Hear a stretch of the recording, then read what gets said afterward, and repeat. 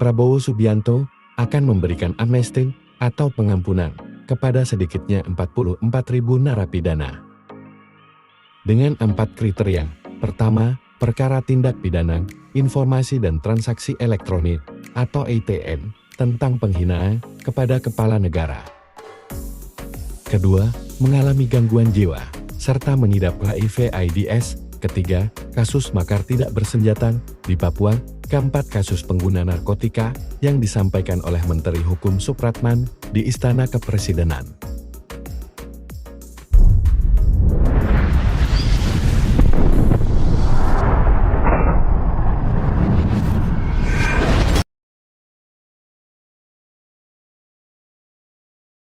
Baik, terima kasih teman-teman semua. Tadi kami rapat terbatas antara Presiden memanggil kami bersama dengan Pak Menko, kemudian Pak Menhan, juga Menteri IMIPAS, Pak Kapolri, dan Jaksa Agung. Ada 3 hal yang terkait dengan hasil ratas. Yang pertama adalah menyangkut soal transfer terkait beberapa kasus dengan negara sahabat yang kebetulan dihukum di Indonesia, dan nanti akan dijelaskan oleh Pak Menko terkait dengan hal tersebut. Kemudian yang kedua, Presiden akan memberikan amnesti terhadap beberapa narapidana yang saat ini sementara kami lakukan asesmen bersama dengan Kementerian IMIPAS, ya. Di samping untuk mengurangi overload dari kapasitas lapas kita, tapi juga atas pertimbangan kemanusiaan. Beberapa kasus yang terkait dengan kasus-kasus penghinaan terhadap ataupun ITE yang terkait dengan kepala negara atau itu Presiden meminta untuk diberi amnesti. Kemudian ada juga beberapa kasus yang terkait dengan orang yang sakit berkepanjangan, termasuk ada napi kita dan warga binaan kita yang sudah status orang dalam gangguan jiwa, dan juga ada yang terkena penyakit yang berkepanjangan termasuk HIV. Itu ada kurang lebih sekitar 1.000 sekian orang, itu juga diminta untuk diberikan amnesti. Termasuk beberapa kasus-kasus yang terkait dengan Papua, ada kurang lebih 18 orang, tetapi yang bukan bersenjata. Juga Presiden setuju untuk memberikan amnesti. Dan juga yang seharusnya itu mendapatkan rehabilitasi akibat penggunaan narkotika, itu juga minta untuk diberikan amnesti. Namun demikian, jumlah pastinya nanti akan kami sampaikan setelah kami melakukan asesmen bersama dengan Menteri IMIPAS.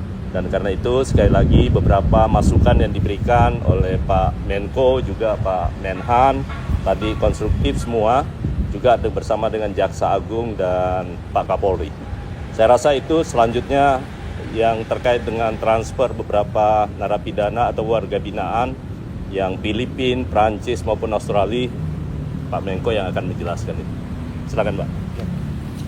Baik, terima kasih Pak Supratman, Pak Pigai, rekan wartawan, terima kasih banyak sudah menunggu. Kami ingin menyampaikan bahwa dalam rapat kabinet terbatas tadi sudah disinggung berbagai masalah, antara lain juga kami melaporkan kepada Presiden tindak lanjut dari arahan beliau untuk memberikan untuk merespon permintaan dari beberapa negara sahabat terhadap warga negaranya yang dijatuhi pidana di Indonesia, dan 3 negara sudah mengajukan kepada pemerintah kita, yaitu Filipina, Australia, dan Prancis, dan sudah kita mencapai banyak kemajuan dalam hal ini. Perundingan dengan Australia dan Filipina itu sudah dengan Filipina sudah final, sudah ditandatangani kesepakatan antara kedua negara yang disebut dengan practical arrangement between the Indonesian government and the Philippine government on transfers of prisoners atau transfers of sentenced person dari Indonesia ke Filipina. Dan dengan Australia sudah mendekati final, ya, insyaallah dalam waktu dekat ini sudah dapat diselesaikan perundingan kita dengan pemerintah Australia dan mungkin juga sudah dapat dilaksanakan. Tapi tentu ada sejumlah masalah di dalam negeri Australia yang harus diselesaikan terlebih dahulu. Jadi persoalan ini boleh dikatakan pada level pemerintahan sudah dengan Filipina sudah final, dengan Australia on proses. Mudah-mudahan dalam waktu beberapa hari ke depan, ya minggu ke depan sudah bisa diselesaikan dan akan segera direalisasikan. Jadi terhadap kasus Mary Jane itu karena memang dijatuhi pidana mati, maka eksekutornya adalah Jaksa Agung. Tapi karena dipindahkan ke negara lain, maka tanggung jawab pembinaan terhadap para pidana ada pada pemerintah Filipina dan mereka sudah sedia untuk menerimanya dengan status tetap sebagai narapidana mati, tapi terserah pada Presiden Filipina apakah akan memberikan pengampunan atau tidak kepada yang bersangkutan. Dengar-dengar mereka akan memberikan pengampunan dan akan mengubah menjadi pidana seumur hidup dan kita menghormati itu sebagai keputusan dari pemerintah Filipina. Jadi semua ini sudah banyak kemajuan yang kita capai akan direalisasikan dalam waktu yang dekat ini. Mudah-mudahan pada bulan Desember ini sudah selesai semuanya dan beberapa negara lain seperti Perancis dan juga beberapa negara lain mengajukan permohonan sedang kami dalami dan kami analisis satu demi satu apakah perlu dikabulkan atau tidak. Itu perlu memerlukan satu pendalaman secara koordinatif dengan kementerian yang lain, kemudian Jaksa Agung, Kapolri dan sebagainya. Saya kira itu ya penjelasan dari saya. Terima kasih banyak. Memastikan aja Pak, dengan Bali Nine berarti sudah selesai kesepakatannya Pak? Dengan Bali Nine itu sudah hampir final perundingannya. Saya tidak mengatakan sudah seluruhnya selesai, tapi sudah hampir final dan juga akan kita segera realisasikan. Baik Filipina maupun dengan Australia akan kita laksanakan insya Allah dalam waktu yang tidak terlalu lama. Dan pada bulan Desember ini mudah-mudahan semuanya sudah selesai. Bahkan sebelum hari Natal mudah-mudahan sudah selesai. Gitu. Untuk yang tadi amnesti tadi perkiraan bisanya berapa Pak? Perkiraan saat ini yang kita data dari Kementerian IMIPAS yang memungkinkan untuk diusulkan amnesti kurang lebih sekitar 44.000 sekian orang ya. Saya belum tahu persis jumlahnya berapa. Namun demikian, ini kan baru paparan. Yang kedua, prinsipnya Presiden setuju untuk pemberian amnesti. Tapi selanjutnya kami akan meminta pertimbangan kepada DPR. Apakah DPR nanti dinamikanya seperti apa, kita tunggu setelah resmi kami mengajukannya kepada parlemen untuk mendapatkan pertimbangan.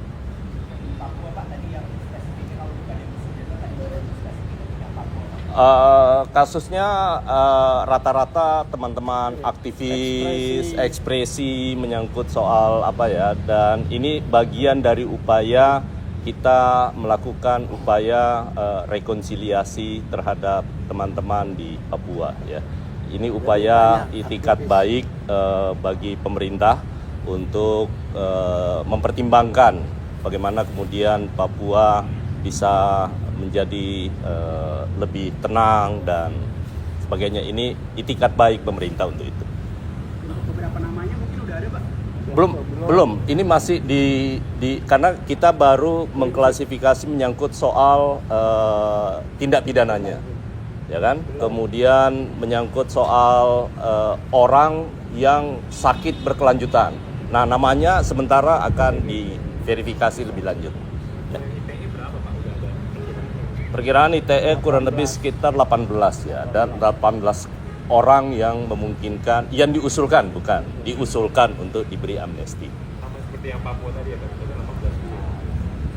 18. Bukan, ITE lebih ya. Saya lupa tadi angkanya. Bisa naik, bisa turun. Ya, bisa naik, bisa turun. Ya, nanti data lengkapnya nanti akan kami berikan selanjutnya.